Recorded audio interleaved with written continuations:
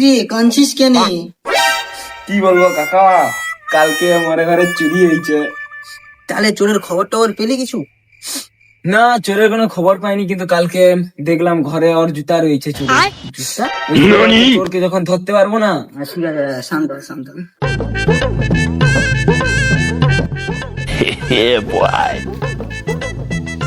কি রে, তোরা দুই চোদনা এখানে কি করছিস? আচ্ছা মন্টু, কাল রাতে যে তোর জুতা চুরি হয়ে গেছে যে কথা? কি জুতা চুরি হয়েছে নাকি?